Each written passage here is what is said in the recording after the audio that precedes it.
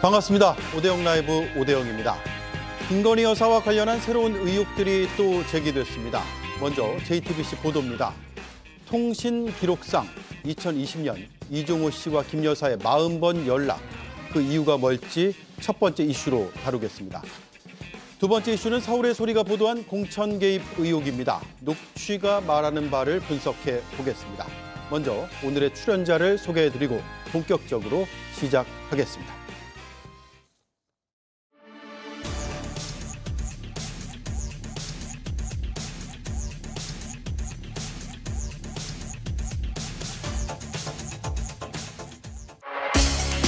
김건희 여사는 전생에 양파였습니까? 까도 까도 끝없이 나오는 양파 껍질처럼 김 여사를 둘러싼 의혹들이 줄줄이 터져나오는 것을 꼬집는 네티즌들의 풍자입니다. 네, 오늘도 김건희 여사 얘기입니다. 어제 저희 JTBC에서 나온 단독 보도, 김건희 여사와 도이치 공범 이종호 씨가 40차례 연락을 주고받았다는 내용인데요. 이 연락이 수상한 이유는 두 가지입니다. 하나는 시점이죠.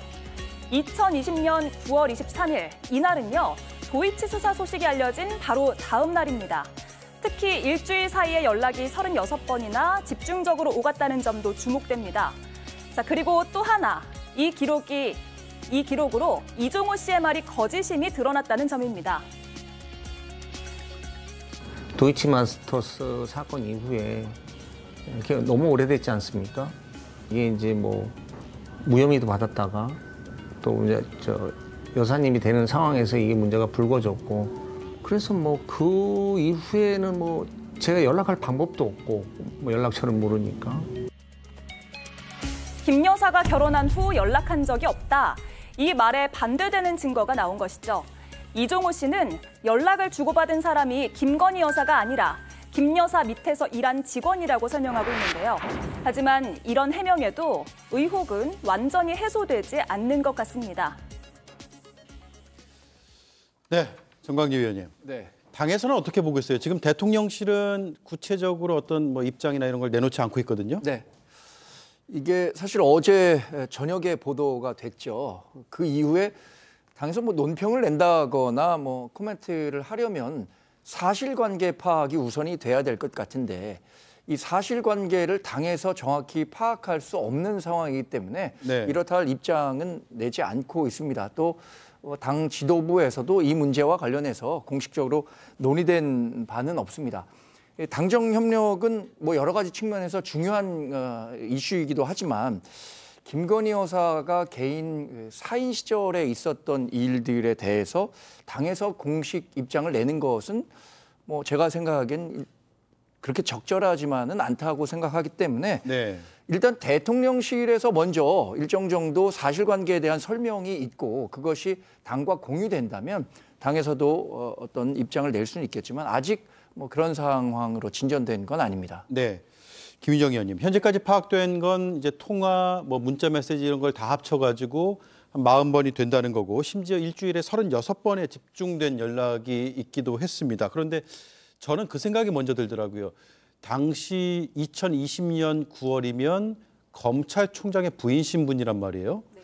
이 자체로도 적절하지 않은 것으로 볼 수 있지 않을까? 네, 너무 부적절한 상황인 거죠. 그러니까 지금으로부터 딱 4년 전 이맘때에 통화를 했다는 거 아닙니까? 그것도 주가 조작 관련한 수사 개시한다, 고발인 조사한다라고 알려진 이틀 전에 이제 막 집중적으로 통화를 하기 시작했다는 것인데, 검찰총장 부인으로서 또 주가 조작에 연루됐다는 의혹을 받고 있는 그런 상황에서 더군다나 이 공범인 이종호 씨하고 통화를 그렇게 집중적으로 했다는 것은 정말 상상하기 어려운 일이고 매우 부적절하다고 생각합니다. 네. 그런데 왜 전화를 했을까 생각을 해보면은 저는 뭐 상식적인 추론으로 도둑이 제발 저린 거다. 그리고 뭔가 할 얘기가 말을 맞춰야 되거나 하긴 논의를 해야 될 부분이 있기 때문에 이렇게 집중적으로 빈번한 소통을 했다는 그렇게밖에 추정이 안 되거든요. 그래서 자본시장을 교란시키는 정말 그 주가 조작이라고 하는, 특히 이 이종호 씨가 뭐 그 시세 조종하는데 굉장히 적극적으로 가담했던 그런 인물이잖아요. 그래서 2심에서도 지금 유죄받은 그런 인물인데 그동안의 대통령실의 주장이나 이런 것과는 너무나 배치되는 그런 모습이잖아요. 더군다나 대통령실은 뭐 오랫동안 뭐 이미 연락이 끊겼다. 그리고 계좌가 그냥 뭐 이용된 것뿐이다. 이렇게 얘기를 했는데 그게 아니라는 게 밝혀진 거고 또 이종호 씨만 해도 2012년 결혼 이후에는 뭐 소식이 끊겼다라고 한 말도 지금 거짓말인 게 되잖아요. 그러니까 이분들이 지금 하고 있는 이야기, 대통령실이나 이종호 씨의 이야기가 전부 다 신빙성이 떨어지는 해명들이기 때문에 지금 대통령실은 이렇게 침묵하면서 관망할 게 아니고 입장을 내놔야 된다고 생각합니다. 김건희 여사에게 물어야죠. 이 상황이 어떻게 된 건지에 대해서. 그리고 검찰에서 왜 빨리 수사 착수하지 않습니까? 이 정도 일쯤 되면 빨리 보강 수사를 하건 무슨 수사를 하든지 간에 이 주가 조작 사건에 특히 김건희 여사 관련된 그 부분에 대해서 놓친 부분들을 빨리 보강 수사해서 제대로 해야 된다고 생각합니다. 지금 이 정도 나왔는데도 침묵하고 있다는 것은 대통령실도 잘못된 것이고 검찰도 이거 직무유기인 셈이죠. 네. 또 하나 특이한 점은 김 여사가 먼저 연락을 했다는 점, 그리고 먼저 연락한 횟수가 더 많다는 점, 지금 그래픽으로 나가고 있습니다. 총 40차례 연락을 주고받은 것으로 나타나는데 25번을 연락을 했고 15번을 받았다는 거거든요. 물론 통화 지속 시간이 얼마나 되는지까지 나와 있지는 않습니다. 판사의 촉으로 볼 때 김영인 의원님 어떤 대화를 나눴을까요? 예, 2020년 9월, 10월에 김 여사가 먼저 연락을 취했고 많이 연락을 했으면 우리 경험칙상으로는 김 여사 마음이 더 급했다는 것을 우리가 알 수 있을 것 같습니다. 네. 그 당시에 왜 그러면은 김 여사 마음이 급했을까? 그거를 생각을 해보면 이게 이제 처음에 무혐의 받았다가 이제 검찰총장 인사청문회를 거치면서 이 문제가 불거지고 그러면서 다시 이제 그 주가 조작 사건의 수사가 개시가 된 상태였는데 이종호 씨 입장에서는 어차피 선수였기 때문에 그 관리하고 있었던 계좌 현황하고 매도 주문, 매수 주문만 봐도 혐의는 충분히 검찰이 입증할 수 있기 때문에 이종호의 입장에서는 뭐 특별히 2020년 9월이라고 해서 마음이 급해질 거는 없을 것 같아요. 예. 그런데 김 여사가 이 경우에는 다르죠. 김 여사 같은 경우에는 이 주가 조작 사실을 알았다면 알고도 자신의 계좌를 내줬다면 이것은 적어도 이제 방조범은 될 수가 있기 때문에 이 경우에는 이제 그 이종호 씨의 진술이 굉장히 이제 자신의 범죄를 가르는데 굉장히 중요한 역할을 할 수 있다고 봅니다. 그래서 마음이 급한 거고요. 그럼 왜 2020년 9월에 그 마음이 급해졌을까를 생각을 해보면 그 당시는 서울중앙지검장이 이성윤 현재 국회의원이고요. 검찰총장이 이제 윤석열 이제 남편인 윤석열 검찰총장인데 네. 그 당시 검찰이 특히 서울중앙지검과 관련돼 가지고는 제가 나중에 이제 이성윤 그 의원한테 사석에서 들은 이야기인데 제가 이렇게 물었습니다. 왜 중앙지검장 하면서 특히 그 당시 검찰총장과 관련돼 있었던 채널A 사건도 그렇고 왜 사건 수사가 그렇게 지지부진했느냐. 아무리 검찰총장이어도 검사장으로서 좀 확실하게 쥐고서 수사를 할 수 있었던 것 아니냐라고 제가 한번 물어봤습니다. 네. 그랬더니 이분이 하시는 말씀이 뭐냐면은 이 윤석열 사단이 이제 전국 검찰 곳곳에 있는데 이 사단이 이 윤석열 사단에 있는 검사들이 주로 이제 특수부 라인인데 이 당시 검찰총장의 불리한 사건을 수사하는 검사들에게 뭐 유선이든 무선 만나서든 간에 모종의 압력을 행사했다는 압박감을 겁니다. 느끼겠다. 예. 그래서 이 수사 검사들이 굉장히 그 소극적으로 돼가지고 내가 비록 검사장이었지만 그 수사를 막 힘있게 밀고 나갈 수는 없었다라고 하는 알겠습니다. 거거든요. 그래서 그 상태에 있다가 갑자기 2020년 9월에 이제 고발 황희석 전 인권국장이 고발하고 5개월 후에 이제 고발인 조사를 한다니까 뜨거워한 거죠. 지금까지는 내 남편이 눌러왔다고 생각을 했는데 고발인 조사를 시작하네? 그럼 큰일 났네? 대비해야 되겠네? 그래서 2020년 9월에 마음이 급해진 것이 아닐까라는 추측을 해봅니다. 자, 이번에는 검사 출신의 촉을 한번 들어볼까요?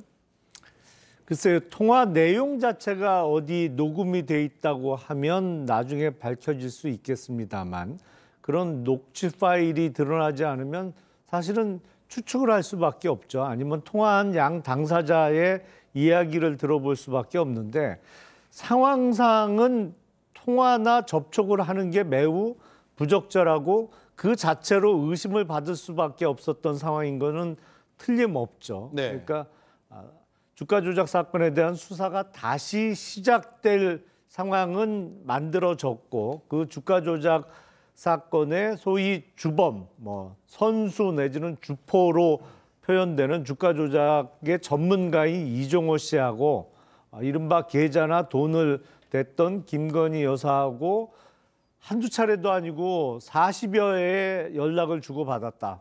그렇다면 아무리 친한 사이도 사실은 한 달에 한 번 내지 두 번 전화할 일이 잘 없잖아요. 네. 근데 40번 정도 연락을 주고받을 정도면 급한 일이 있었던 거잖아요. 그 급한 일이 뭐였을까?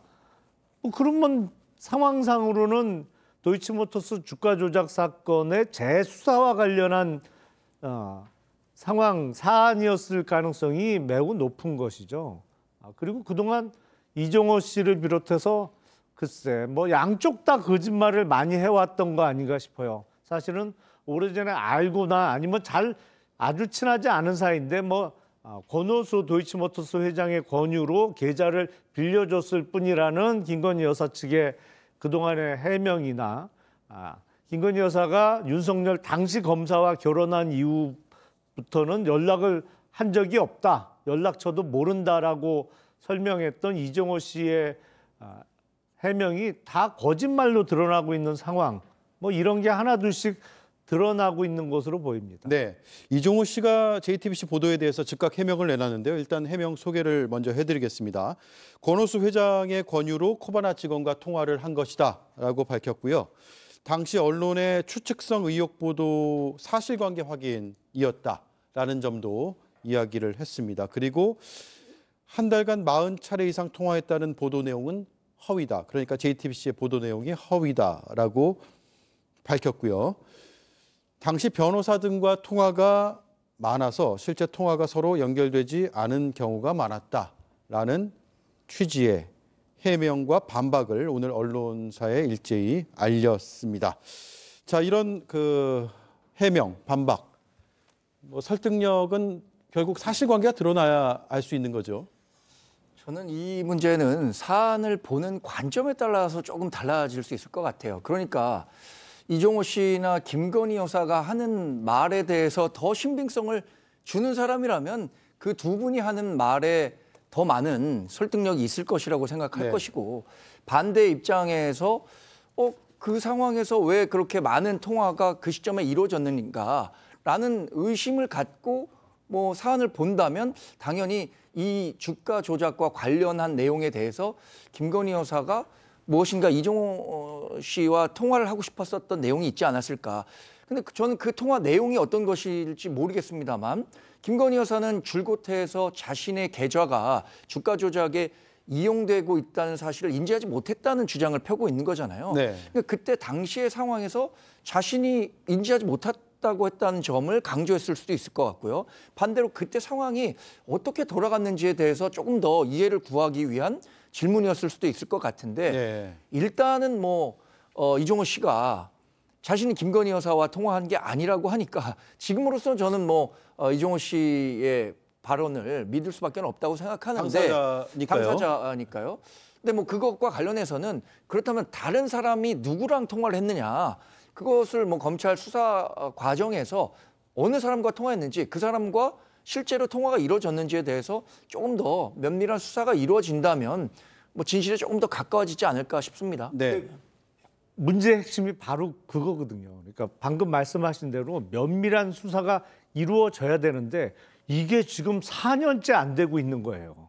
그러니까요. 이 도이치모터스 주가 조작 사건과 관련해서는 수사가 4년째 면밀히는커녕 제대로 수사 자체가 안 되고 있는 게 가장 큰 문제라고 생각을 합니다. 그게 누구 때문이겠어요? 그러니까 주가 조작의 주범인 이종호 씨 때문에 수사가 제대로 안 이루어지고 있다고 보기는 어려울 것 같고 다른 이유가 있는 것이죠. 이렇게 지지부진하고 면밀한 수사는커녕 아예 소환 조사조차 안 되고 있는 것은 다른 이유가 있는 것인데 그게 지금도 해결이 안 되고 있다는 게 참 개탄스럽습니다. 네, 자 김유정 의원님, 지금 어제 이제 JTBC 보도로 드러난 팩트, 그 팩트로 인해서 그동안 주장했던 것들이 무너지는 부분이 생기는 거죠. 그러니까 이 씨와 김건희 여사 측에서는 이 씨와 연락을 오랫동안 하지 않았다라고 주장을 했단 말이에요. 네. 그런데 연락을 한 기록이 나왔어요. 다만 그 기록상 실제로 통화했느냐 여부를 따져보면 이종호 씨는 코바나 직원과 통화를 한 것이다라고 해명을 하고 있단 말이에요. 코바나 직원하고 통화한 것도 이상한 거 아니에요? 시체말로 콧구멍이 두 개니까 숨을 예. 쉬지 이런 말 할 것 같아요. 코바나 예. 직원하고 통화했다고 하면. 한번 생각해 보세요. 그 말이 맞다고 하더라도 지금 이종호 씨 주장에 따르면은 2012년 결혼 이후로는 김 여사랑 통화한 바도 연락한 바도 없고 연락처도 모른다. 이렇게 얘기를 해왔는데 갑자기 그로부터 2020년 8년 만에 느닷없이 코바나 직원하고 통화를 합니까? 네. 갑자기 이 주가 조작 수사 개시를 앞두고 그리고 나서 집중적으로 한 40여 차례 문자와 통화를 이 코바나 컨텐츠 직원하고 했다는 게 이게 믿겨지지가 않잖아요. 아니 해명을 하더라도 조금 성의 있게 해야 되는 거 아니겠습니까? 네. 그리고 이 주가 조작 관련해서는 그 대통령도 대선 당시에 손해보고 빠졌다 이렇게 얘기를 했거든요. 그거 아닌 게 드러났잖아요. 검찰 의견서에 23억 이익 봤다고 나왔잖아요. 그런데도 그 엉뚱한 해명 내놨고 대통령실은 말씀하신 대로 오래전에 연락 끊겼고 그냥 계좌만 이렇게 활용된 거다 이렇게 얘기를 했기 때문에 전혀 신빙성 없는 해명들을 지금 국민들 보고 믿으라는 건데 이게 얘기가 안 되는 거고요. 누가 봐도 이거는 김건희 여사하고 통화라고밖에 생각할 수 없는 지금 이런 상황이잖아요. 그런데 무슨 어떤 직원하고 갑자기 8년 만에 여사도 아닌 사람하고 통화를 이렇게 여러 차례 한다는 얘기입니까? 무슨 얘기를 그렇게 할 얘기가 많아서. 그러니까 이거는 저희가 과거에 그 블랙펄 인베스트먼트 대표 출신 아닙니까? 이종호 씨가. 그럼 그때 거기 있는 무슨 이사와 증권사 직원 간에 12시에 3,300에 8만 주 때려주셈 뭐 이런 통화를 했고 이후에 김건희 여사도 매도가 이루어지고 이런 상황이 있었잖아요. 네. 그런데 누구로부터 전화를 받고 그런 일이 이루어졌는가라는 어떤 연결고리가 굉장히 이제 궁금했던 차인데 이종호 씨일 수 있다는 그런 추정이 충분히 가능한 거 아닙니까? 그러면은 이렇게 되면은 오히려 2심에서 손모 씨 그 항소심 유죄 났을 때 비슷한 케이스로 김 여사도 방조 혐의가 될 수 있다라고 했던 것이 오히려 이제 공범으로 갈 수 있는 그런 연결고리가 지금 서서히 드러나고 있는 게 아닌가 그런 생각도 들어서 이종호 씨가 아무리 해명을 뭐 이렇게 저렇게 내놓더라도 국민들이 듣기에 그럴만하네, 납득할 만한 해명이네라고 생각할 수 있는 건 어느 정도 던져야지 이렇게까지 얘기하는 건 정말 국민을 기만하는 거 아니겠습니까? 네, 이종호 씨는 VIP 녹취에 등장하는 바로 그 인물이죠. 그러니까 VIP를 언급한 녹취. 그리고 어제 JTBC 보도 뒤에 내놓은 해명을 앞서 말씀드렸는데 2021년 검찰 조사에서 한 진술 내용은 상당히 달라요. 권오수 전 도이치모터스 회장을 통해서 모르는 번호로 김 여사라는 전화가 왔고요. 그러니까 모르는 번호인데 김건희입니다라고 왔다는 거예요. 그리고 어떤 통화를 했느냐. 도이치 주식 거래와 관련한 내용으로 통화를 했다라고 2021년 11월에 검찰에서 진술을 합니다. 김영현 의원님, 김영남 의원님. 저 진술은 검찰의 진술 조서에 남아 있겠죠. 법정에서도 충분히 다뤄질 수밖에 없는 여러 이제 증거 중에 하나겠죠. 진술 조서니까요. 그러면 진술 조서의 내용과 언론 보도를 통해서 나온 어제 해명, 오늘의 해명과 뭐가 더 진실에 가까울까요? 그건 뭐 당연히 진술 조서에 있는 내용이 더 진실에 가깝겠죠. 보통 저희가 이제 재판을 하면서 어떤 사람이 진술이 믿을만하냐, 믿을만하지 않느냐를 따질 때는 이제 여러 가지를 봅니다. 먼저 전후 사정과 맞는가 진술 부분이. 네. 그다음에 그 진술할 상황이 어땠느냐. 그리고 그 진술의 내용이 구체적이었냐 추상적이었느냐 이런 것이 있고요. 그다음에 진술의 내용이 합리적이고 우리 경험칙에 맞느냐. 그리고 그 진술한 내용이 진술한 사람 본인에게 불리한 내용이냐 유리한 내용이냐. 이런 것들은 이제 다 종합해가지고 이제 진술의 신빙성 여부를 판단하는데요. 네. 우선 금방 김유정 의원님 말씀하셨다시피 그 코베나 콘텐츠 직원과 수십 차례 연락을 하고 김 여사하고는 뭐 직접적으로 연락을 한 바가 없다는 것은 우리 경험칙에 현저히 반하는 것이죠. 도대체 직원하고 무슨 얘기, 주가 조작과 관련된 이야기를 했을 텐데 그것을 그 본인을 제쳐두고 다른 사람을 통해서 할 수 있는 이야기인지 이게 합리적이지 않은 면이 있고요. 그다음에 이 당시 이 진술할 당시에는 그 김 여사가 어떤 상태냐면 전직 검찰총장의 부인이었습니다. 그러니 진술을 하는 이종호 씨 입장에서는 부담 없이 진술할 수 있는 상황이었던 겁니다. 진실을 부담 없이. 그런데 지금은 대통령 영부인 아닙니까? 이 영부인에게 불리한 진술을 유지했다가는 자기가 앞으로 어떻게 될지 알 수가 없는 상황이죠. 그러니 이제 이러한 불이익을 피하기 위해서 충분히 거짓말할 동기가 있습니다. 여러 면에서 저는 그 검찰에서의 진술이 확실히 신빙성이 있는 진술이라고 보입니다. 네. 자, 이종호 씨의 2021년 11월에 검찰에서의 조사 당시의 진술 내용은 모르는 번호로 전화가 와서 받았더니 김건희 여사가 김건희입니다 하고 연락이 왔었다는 거잖아요. 근데 어제 내놓은 해명은 코바나 콘텐츠 직원하고 통화한 거다. 김건희 여사하고 통화한 게 아니다라는 주장을 했어요. 두 가지 진술을 종합해 보면 아마도 진실은 코바나 콘텐츠 직원의 전화번호로 김건희 여사가 전화를 해서 이종호 씨와 통화한 게 진실일 가능성이 가장 높습니다. 제가 보기에. 아, 예. 그러니까 2021년 11월의 진술, 모르는 번호가 걸려와서 받았더니 김건희 여사더라라는 거하고 어제 주장은 그게 아니고 김건희 여사가 아니고 코바나 콘텐츠 직원과 통화했다는 거잖아요. 그 합쳐보면 그거예요. 둘 다 진실하다고 가정을 해보면 그 번호로 전화한 것인데 그렇죠. 통화한 상대는 김건희 여사다.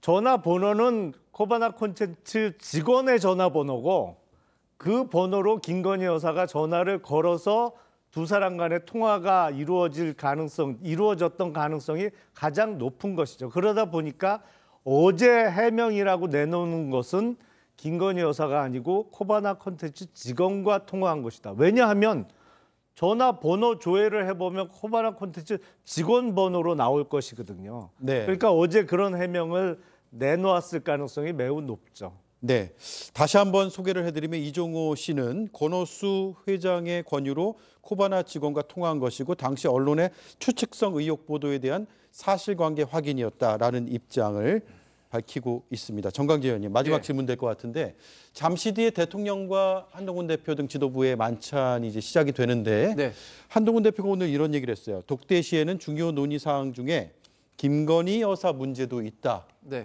김 여사에 대한 문제 중에서 이 문제도 논의될 가능성이 있다고 보세요? 뭐 가능성이야 뭐 높고 낮고의 문제니까요. 뭐 가능성은 있다고 봐야겠죠. 저는 한동훈 대표가 이번에 독대를 요청하는 과정에서 이게 공개적으로 하기 어려운 이야기들이 좀 포함되어 있기 때문에 독대를 요청하다라고 이렇게 밝혔잖아요. 근데 그런 과정에서 뭐 이제 의료 갈등 문제 해결을 위한 것도 있겠지만 이렇게 김건희 여사 이른바 리스크라고 생각하는 부분을 어떻게 잘 시스템 내에서 통제할 수 있을 것인가 이 부분에 대한 논의도 하려고 했던 게 아닐까 추측해 볼 뿐입니다. 왜냐하면 지난 그 당대표 경선 과정부터 당시에 4명의 경쟁 후보가 모두 김건희 여사가 지난번 그 디올백 수수 과정에서 현명하지 못한 처신을 했기 때문에 이에 대한 사과가 필요하다는 입장을 피력했었어요. 그리고 그 문제가 사실 수사심의위원회에서 불기소 건의를 했기 때문에 법리적으로는 일정 부분 마감이 되는 상태였기 때문에 이 부분을 좀 잘 마무리하고 새로 남은 2년 7개월 정도의 국정 동력을 살려갈 수 있는 방안을 논의했었으면 하는 바람을 갖고 있었던 건 아닐까 생각해 봅니다. 그리고 뭐 관련해서는 제2부속실 설치라든가 특별감찰관 임명 등을 통해서 김 여사가 공적 영역에서 활동할 수 있는 어떤 공간들을 마련하는 것 이런 것들이 중요하다고 당이나 그때 당시에 당권 경쟁 후보들이 다 얘기했던 것 아니겠습니까? 네. 그런 이야기들이 뭐 아마 하려고 했었던 내용들 중에 일부였던 건 아닐까 뭐 추측해 볼 뿐입니다. 네. 오늘 만찬 결과도 내일쯤이면 전해드릴 수 있을 것 같습니다. 자, 두 번째 이슈로 넘어가 보죠. 야, 이게 뭐 전부 다 정신 아주 그냥 여사한테 그냥 저 이혼모 하나 어떻게 저 국회의원 배치 달게 해주려고 전 떠고 있다. 용인갑에서 공천을 받지 못한 김대남 행정관은 또 다른 통화에서 이원모가 뭐라고 라는 푸념을 합니다. 자, 그래서요. 이름 이원모, 빠른 80으로 검사 시절 윤석열 사단의 막내였습니다. 자, 윤석열 대통령이 취임하던 2022년 5월 대통령실 인사비서관으로 들어가죠. 자, 그리고 올해 4월 용인갑에서 출마했지만 떨어졌고요. 낙선한 뒤 이렇게 다시 공직기강 비서관으로 용산에 돌아왔습니다. 용산, 출마, 용산 이 이력만 봐도요. 굉장히 신임을 받는구나 이런 느낌이 드는데요. 윤 후보와 각별한 사이라는 설명도 이어집니다. 원래 이원모가 옛날에 그 여사가 저 갈 때 같이 따라가가지고 해외 순방 갔었던 바로 걔 아니야.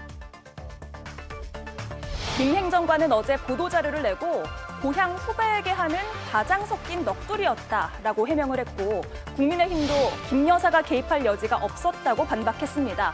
하지만 만약 이번 의혹이 사실로 드러난다면 공소시효가 살아있고 또 공천 개입이 성공한 핵폭탄 같은 사건이 될 거란 전망이 나옵니다. 김희정 의원님, 참 많은 인물의 이름이 등장해요. 김건희 여사뿐만 아니라 뭐 이원모, 뭐 그다음에 여기 이철규 의원까지도 등장을 하는데 이게 지금 약간 이제 부풀려서 얘기한 거다라는 식으로 뒤늦게 해명을 하고 있단 말이에요.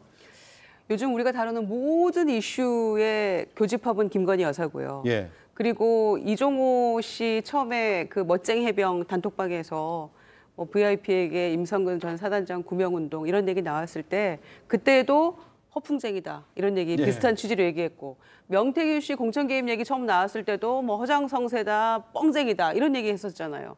그런데 이 김 비서관 얘기 이 녹취록 나왔는데 또 허풍한 거라고 또 본인 입으로 얘기를 해요. 그런데 누가 봐도 허풍이 아니라는 것이 저희가 통화 녹취 내용을 쭉 봤을 때 얘기한 대로 됐거든요. 그런데 무엇이 어떤 점에서 이게 허풍이라고 주장하는 것인지 이해하기가 참 어렵죠. 왜냐하면 본인이 그 이명수 기자하고 뭐 하루 이틀 통화한 게 아니잖아요. 그게 이제 거의 1년 동안 작년부터 올해까지 쭉 1년 가까이 이어져 온 통화 내역들이고 그리고 그게 한 5시간 넘는다는 거 아닙니까? 네. 그 가운데 이제 일부가 이렇게 나온 것인데 얘기한 대로 용인갑의 공천은 못 받았고 이원모 전 비서관이 됐었지만 다시 또 이원모 비서관 컴백했잖아요. 공직기강 비서관으로. 그리고 본인은 이 부분을 사천이니 뭐니 이렇게 해서 좀 겁박하고 협박할까 하다가 아니야 마음을 고쳐 먹어야지 김건희 여사는 잘 보여서 공기업이든 다시 용산 비서관이라든 가야지라고 했던 녹취 그대로 됐잖아요. 네. 그리고 공기업으로 간 거 아닙니까?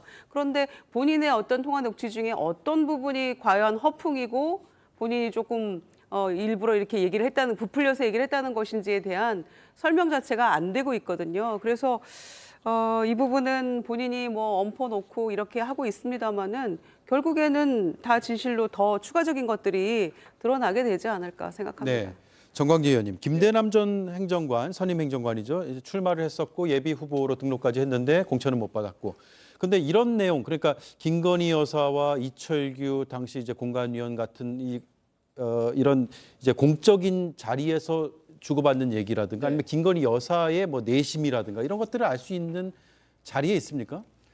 글쎄요, 254개 지역의 공천이 이루어집니다. 그러니까 254개 지역에 뛰는 개별 후보가 공관위에서 어떤 논의가 이루어지고 있고 용산에서는 공천과 관련해서 어떤 생각을 갖고 있다. 이거 속속들이 알기는 어렵죠. 네. 이것을 알 정도의 인물이라면 공천을 아마 받을 겁니다. 그 정도의 정보력을 가진 사람이라면. 다만 이 후보별로 전체 판세라든가 자신이 뛰는 지역 내에서의 전국의 움직임, 또 후보별 움직임 이런 것들은 객관적인 사실들로 좀 파악이 되고 여기에 자신이 갖고 있는 약간의 정치적 해석을 더해서 사람들에게 얘기를 하는 거죠.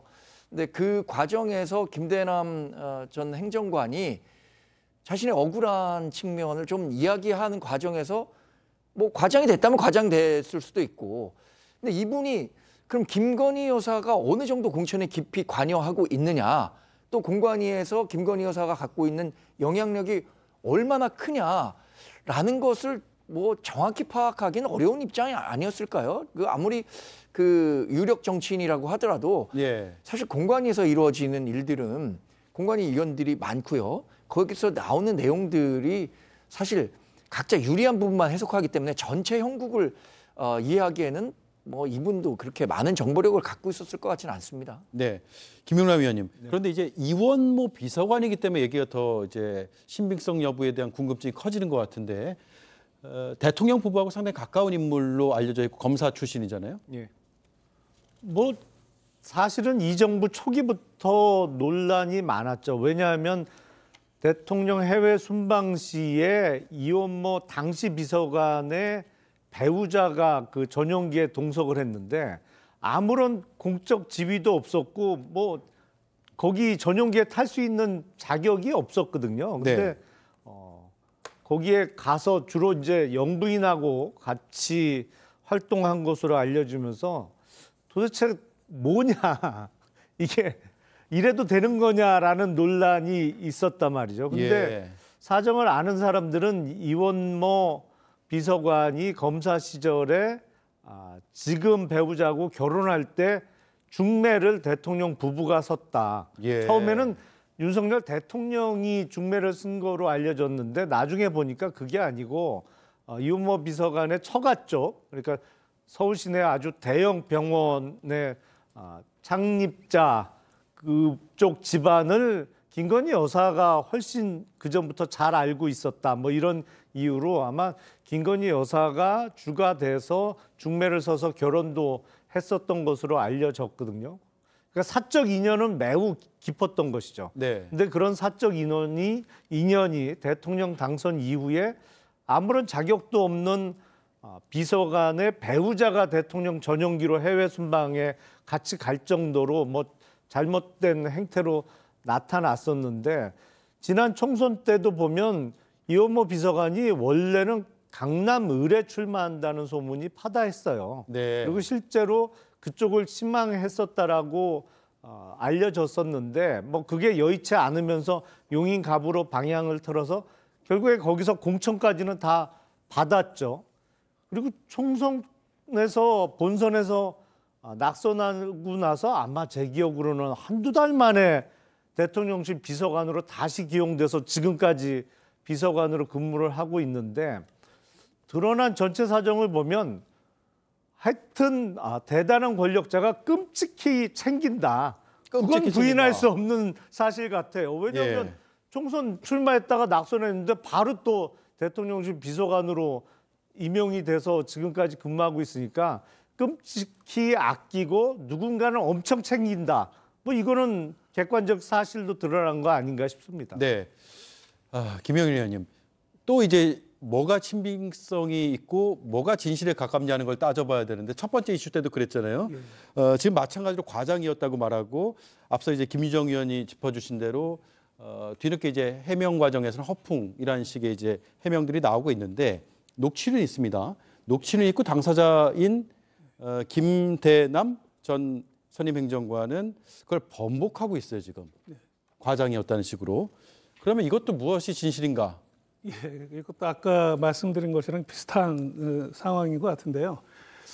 기본적으로 사람은 이제 그 자기가 말한 것이 알려지게 되면 본인이 난처한 처지에 놓이게 되는 경우에는 본인이 말한 것을 부인하는 게 본능입니다. 네. 예, 그래서 그런 차원에서 지금 자신이 이야기했던 것을 뭐 과장이었다라는 식으로 부인하는 것 같고요.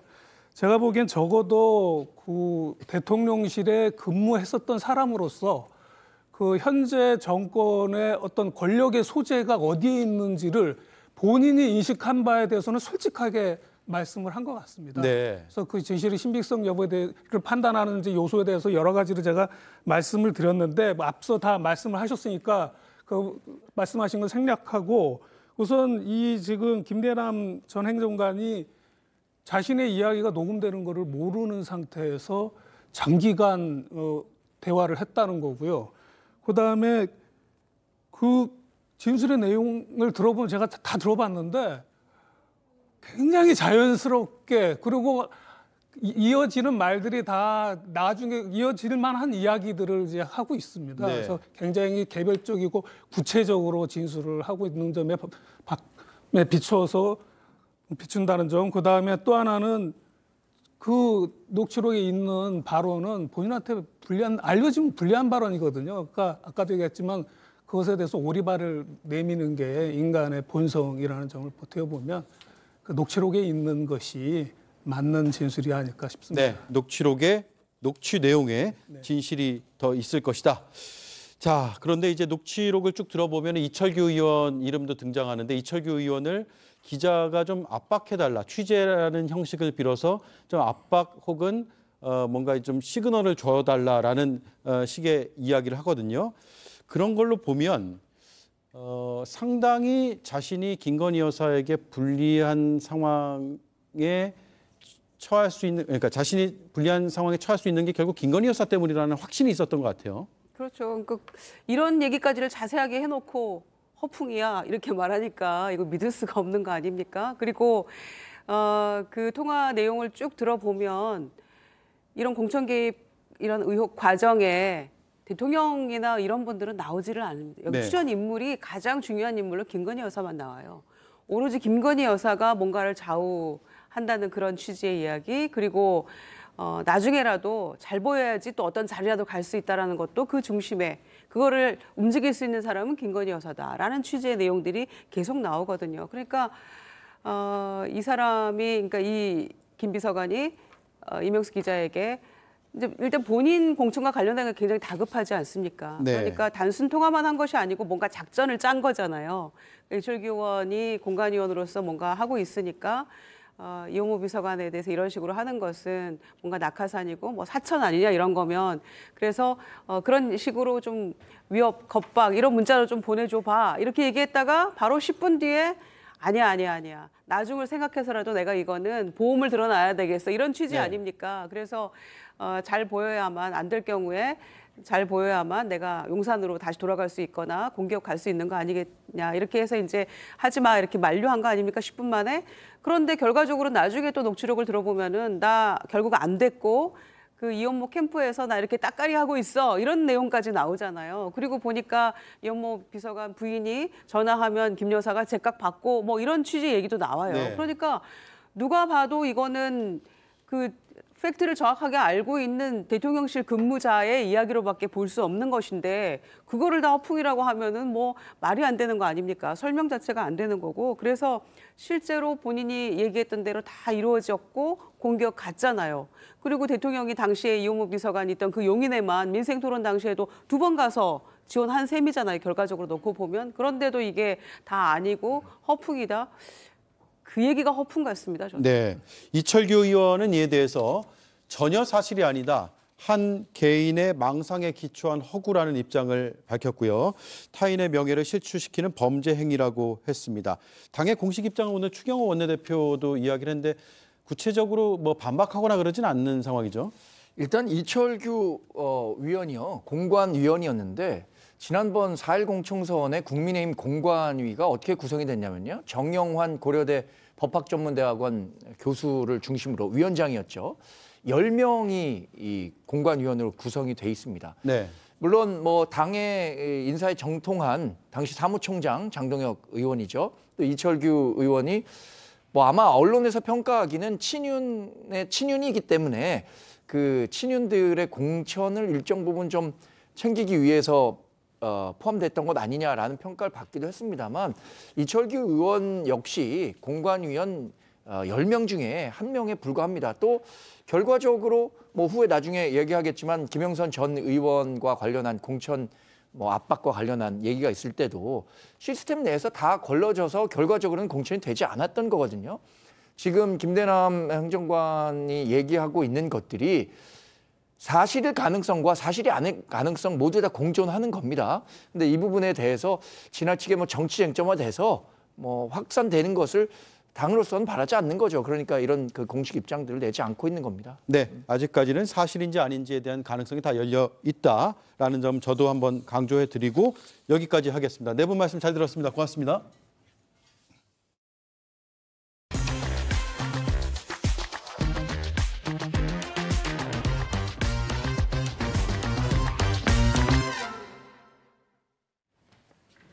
윤석열 대통령이 국무회의에서 추석 의료 공백 등에 대해 설명했습니다.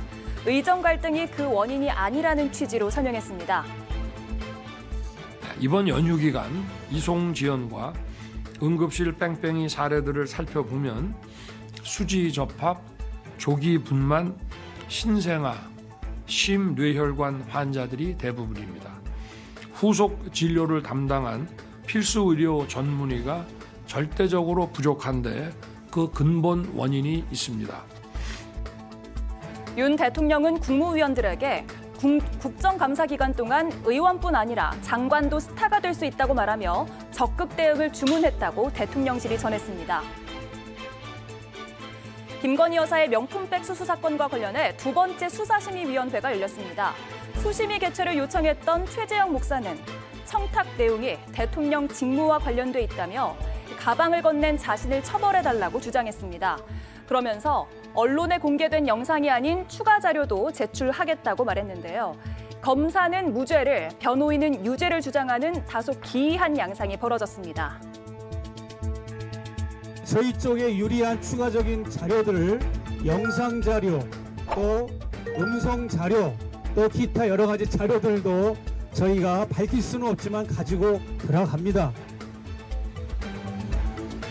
국회 문체위에선 배드민턴 금메달리스트 안세영 선수의 발이 화두에 올랐습니다.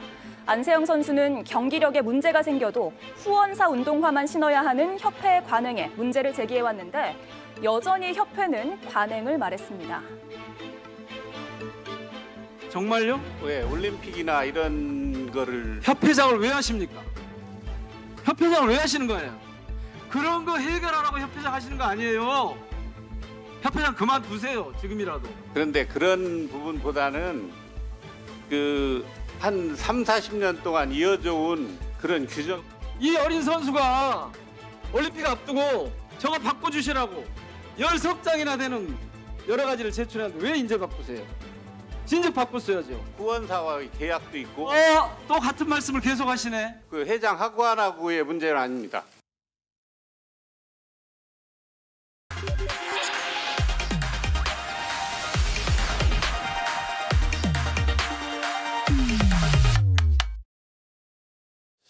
네, 오대영 라이브의 간판 코너 단도직입을 시작하겠습니다. 도이치모터스 주가 조작 수사가 본격화하던 시기에 김건희 여사와 블랙펄 인베스트먼트 전 대표인 이종호 씨가 40차례에 걸쳐서 연락을 주고받은 사실이 드러나서 큰 파장을 일으키고 있습니다. 관련해서 전직 법무부 장관이었던 박범계 더불어민주당 의원이 나와 있습니다.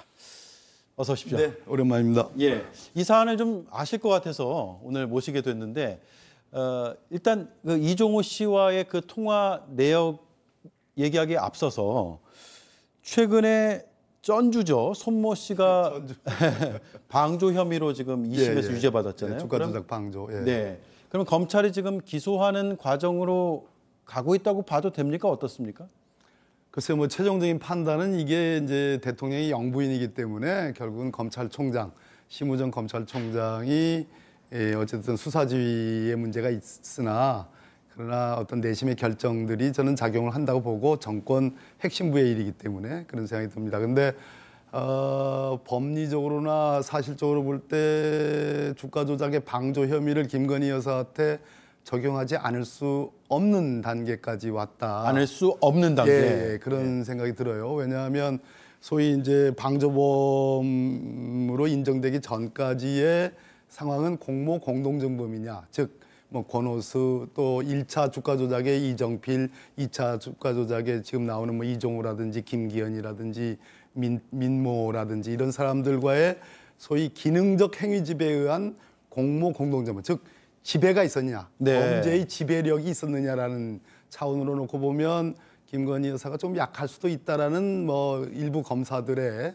주장에 힘을 실어줄 수는 있는데, 그것이 아니고 주가 조작, 즉 시세 조정 행위가 용이하도록 방조했다라고 하면 그 점에 대해서는 저는 피해갈 수 없다고 봐요. 이유는 세 가지 거래가 있는데요. 네. 그 2010년 1월 12일자 거래가 있습니다. 이것은 주포라고 하는 소위 이정 PD가 난 그거 관여한 바가 없다. 즉 김건희 여사가 직접 거래한 거 아니냐라는 그러한 보도가 있습니다. 네. 검찰이 최초 공소장에 이걸 통정매매로 이 이날짜 거래를 지명을 했거든요.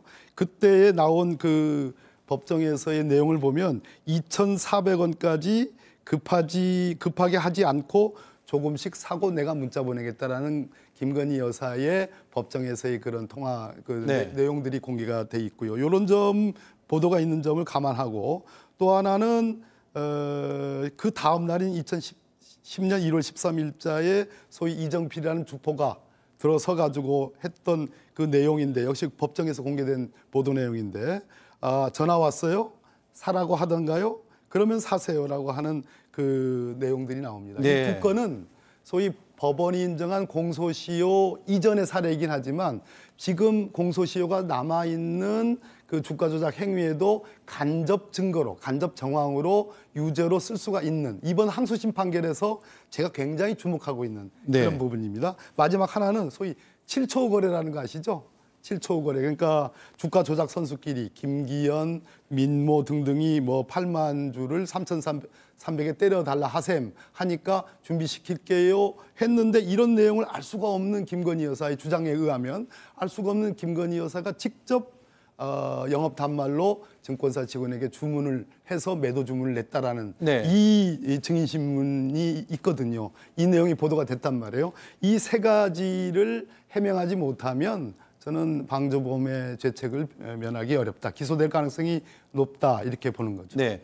당위적으로는 그렇게 볼 수 있는데 문제는 검찰이 실제로 지금 적극적으로 이 사안을 보고 있느냐가 문제잖아요. 그렇습니다. 검찰 내부의 소식을 좀 듣고 계세요? 어떻습니까? 아니요. 뭐 지금 검찰이 어느 검찰입니까? 윤석열 대통령 검찰이죠. 예. 그러니까 많이 막혀 있으나, 그러나 적어도 뭐 행위 패턴이라는 것은 충분히 제가 있을 때의 경험 등을 유추해서 분석할 수는 있겠죠. 네. 어제 저희가 이제 보도한 2020년 9월에서 10월에 집중된 이종호 씨와 김건희 여사의 이제 통화 내역입니다. 기록상으로 나오는. 어떤 대화를 나눴을 것으로 우리가 한번 합리적인 추론을 해볼 수 있을까요? 그 통화와 문자 내역의 교신 내역이 한 36분쯤 된다는 거죠. 시점이 2020년 9월에서 한 달분짜리죠. 그 9월이라는 시점이 아마 이 사건 주가 조작과 관련된 고발장을 낸 황희석 인권국장의 고발에 따른 아마 소환 조사 그 시점일 겁니다. 네, 당시는 법무부 장관 아니셨고 그 그렇습니다. 직후에 법무부 장관이 되신 거죠. 그 다음 법무부 장관이죠. 예. 그 당시는 추미애 장관이셨죠. 그러니까 황희석 국장을 고발인 조사, 참고인 조사로 고발인 조사를 할 당시에 김건희 여사가 이종호 씨에게 전화를 걸어가지고, 주로 김건희 여사가 많이 걸었고 이종호 씨가 또 반대로 건 것도 있는데, 중요한 대목은 일방적으로 건 전화가 아니라 상호 주고받고 한 그 어떤 문자와 통화 내용 아니겠습니까? 네. 이것은 그 내역 자체가 굉장히 구체적인 내용을 담았을 가능성이 높고, 두 사람 간의 어떠한 필요성에 의해서 공감대 하에서 뭐 입을 맞춘다든지 또는 아무튼 수사와 관련된 것이라고 추론하지 않을 수 없는 거죠. 주고받고 한 상황이 저는 굉장히 중요하다 이렇게 보고 있습니다. 네. 다만 여기서 제가 이종호 씨의 반론을 다시 한번 그러시죠. 전해드리면 예. 코바나 컨텐츠 직원하고 통화한 것이다라는 입장을 나타내고 있습니다. 제가 반론을 앞서도 한 3번 정도 말씀드렸기 때문에 이 정도 해서 넘어가고요. 지금 대통령실에서는 적극적인 해명이 안 나오고 있거든요. 통상 어떤 사안에 대한 보도가 있으면 사실 여부에 대한 반박, 해명이 즉각 나왔던 걸로 알고 있는데 왜 이렇게 해명이 안 나오고 있다고 보세요? 우리가 김건희 여사 주가 조작, 도이치모터스 주가 조작과 사건의 경위와 관련해서 지금까지 이르기까지 주목해야 될 점 한 몇 가지가 있는데, 그중에 특히 중요한 것은 이 건에 대해서 대통령 선거 당시 윤석열 대통령을 포함해서 대통령 캠프에 있던 사람들이 정확하게 진상을 알지 못하고 또는 진상을 흐리기 위해서, 숨기기 위해서 일부 얘기했다가 그것이 거짓으로 들통나는 그런 사례들이 쭉 있어 왔습니다. 네. 그렇기 때문에 지금 이종호 씨하고 딱 수사를 받는, 그러니까 참고인 조사, 고발인 조사를 받는 그날부터 시작된 이 36건의 이러한 교신 내역이라는 것은 이것이 말 그대로 1인 매매, 이 김건희 여사 측에서 주장하는 1인 매매, 그러니까 증권사 직원이나 선수들한테 맡긴 것이고 나는 내용은 시세 조정 행위는 모른다 했으면 굳이 이 고발인 조사를 하는 날부터 해서 이러한 교신 내역이 있을 이유가 없는 거죠. 그리고 아까 말씀드렸듯이 주고받고 했다. 네. 그것은 서로 간에 뭔가 일치된 어떤 그런 의견이나 진술을 만들어내기 위한 것일 가능성이 매우 높다. 그런 개연성이 매우 높다. 이렇게 생각이 들고요. 이 주가 조작 건과 관련해서는 역시 문재인 정부 당시에 수사가 시작이 돼가지고 대부분의 주가 조작의 소위 선수들이 다 기소되고 1심 유죄 판결이 나오고 2심까지 지금 나온 상황인데 유독 김건희 여사만 지금 면죄부도 못 주지 않습니까? 네. 즉 무혐의를 못 내잖아요. 지금 그러니까 그 질문 안 그래도 드리려고 그렇습니다. 했는데 문재인 정부 검찰이 이미 탈탈 털었다. 털었는데 나온 게 없지 않느냐라는 게 그동안에 이제 계속된 논리고 주장인데 얼만큼 털었습니까? 탈탈 못 털었죠. 탈탈 털지는 못했어요? 시기적으로 대선 국면에 껴있기 때문에 그 당시 야당의 대선 주자인 윤석열 대통령 후보의 부인과 관련된 건이기 때문에 네. 서울중앙지검의 뭐 지휘부나 또는 담당 검사들이 아무리 당시가 문재인 정권이라 하더라도 수사하는 데는 한계가 있었다는 것이고 네. 두 번째는 수사의 과정이 역시 주포들이라고 얘기하는 주가 조작의 주범들, 소위 주가 조작 선수들에 대한 수사를 먼저 하고 기소를 했단 말입니다. 네. 거기까지 걸리는 시간이 굉장히 많았습니다. 그래서 나머지가 그러면 김건희 여사가 여기에 가담했느냐, 가공했느냐, 공모 공동정범이냐 아니면 최소한 방조범이냐와 관련된 그 주요한 쟁점이 있는 건데 그것은 문재인 정부가 끝난 이후의 시점이죠. 예. 지금 윤석열 정부가 들어서 2년이 훨씬 넘어가는 상황인데 아직도 무혐의 해주지를 못하고 있지 않습니까? 법무부 장관 시절에 이 사건에 대한 보고를 주기적으로 받으셨어요? 희한한 점이 주기적으로 보고를 받지 못했다는 점. 그만큼 이것은 굉장히 민감하고 예민한, 모르겠습니다. 제 휘하에 있던 검찰국의 뭐 국장이나 담당 검사들이 대검으로부터, 대검은 수사지휘가 제한돼 있으니까 중앙지검으로부터 어떠한 정보를 받아가지고 저한테 보고를 안 했는지, 제가 또 굳이 뭐 찾지를 않았으니까. 네. 그래서 알고 있으나 보고를 안 했는지 모르겠습니다만 제가 구체적인 상황을 알지 못했고 지금 나오는 아까 제가 모두의 3가지 사례라든지 법정에서 나오는 사례라든지 지금 너무나 놀라운 것은 36번의 황희석 인권국장이 조사를 받는 그 36번의 이종호와의 그 통화 내역이라는 것도 지금 밝혀지는 거 아니겠습니까? 예. 그만큼 이 사건과 관련해서는 참으로 보고 체계라는 그런 것들이 제대로 가동되지 않았고 자세하게 그런 것을 살펴볼 그러한 틈이 있지 않았다는 말씀을 드립니다. 물론 이제 수사가 진행 중이니까 바깥에서는 다 볼 수는 없지만 그렇습니다. 검찰 조직 혹은 법무장관으로서도 거의 알지 못했다는 말씀이네요. 검찰의 힘이 기소가 아니라 불기소에서 나온다 이런 말도 있잖아요. 유독 김건희 여사 건에 대해서만 더 소극적인 검찰이라고 보시는 건지 그렇다면 그 이유가 뭔지가 궁금한데요. 김건희 여사 도이치모터스 지금 오늘 수사심의위원회라는 굉장히 예민한 주제가 아직 결론이 오늘 날 겁니다. 디올백 관련해서. 네. 근데 김건희 여사의 이제 처하고 있는 위치, 신분상의 위치가 서울중앙지검장, 검찰총장, 야당의 유력한 대선 후보, 당선 가능성이 매우 높은 대선 후보라는 그러한 특수한 사정이 우리나라 검사들에게 특히 이 수사를 하는 검사들에게 전 정권이든 지금 정권이든 그것이 암암리에 작용하는 그러한 어떤 구조적인 한계들이 있습니다. 네. 두 번째는 이 사건 관련해서 일부 검사들이 얘기하는 소위 직접 증거들이 없다라는 그러한 주장들을 해요. 그런데 이것은 이제 법리적인 부분이기 때문에 예를 들어 이렇습니다. 검사들은 무혐의 있는지 모르지만 특검으로 가면 기소할 가능성이 매우 높다라는 게 당시에 제가 장관할 때나 그 이후에도 지금까지 떠도는 얘기들이고 그렇기 때문에 김건희 여사 특검법이라는 것이 지금 야당이 이렇게 이제 통과를 시켜가지고 대통령이 물론 거부권을 행사하겠지만 그런 거 아니겠습니까? 네. 즉 이 사안에서 도이치모터스 주가 조작의 핵심 중에 핵심은 간접 증거와 정황 증거, 직접 증거가 없는 것은 맞습니다. 즉 시세 조정 행위를 김건희 여사가 알았느냐 여부와 관련된 간접 증거와 정황 증거들은 많이 있습니다. 아까 제가 말씀드린 모두의 내용들과 지금 우리 JTBC가 보도한 이종호와의 36번의 통화 내역 그런 것도 뭐 정황 증거가 충분히 되는데 이런 것들을 종합을 해보면 적어도 이것은 기소할 수 있는 사건이다라고 보는 것이 상식적인 법조인들의 판단이라고 봅니다. 네. 검사들은 물론 이와 다른 판단을 하고 있는 것은 사실이고요. 예. 앞서 이제 심우정 검찰총장이 어떻게 판단할 것이냐가 상당히 주요할 것이다라고 말씀하셨는데 새로운 검찰총장 취임하거나 아니면 인사청문회 할 때마다 법과 원칙에 따라서 공정하게 수사하겠다라고 거의 이구동성으로 말하거든요. 네. 근데 국민들 지금 아마 방송을 보는 시청자들이 과연 검찰이 그렇게 하고 있는가에 대해서는 항상 의구심을 가지고 있고요. 그 괴리는 어디서 발생하는 겁니까? 검찰의 법과 원칙이 국민의 법과 원칙과 다른 거죠. 예. 법과 원칙이란 말은 거슬러 올라가 보면 제가 정치를 시작한 지 꽤 오래됐는데 제가 정치를 시작할 때부터 지금까지 노무현 대통령이 정말 천신만고 끝에 되시고 나서 집권 5년간 그리고 당신이 돌아가시고 이명박 박근혜 정권을 거쳐서 두 분 다 정말 영어의 몸 구치소로 가지 않았습니까?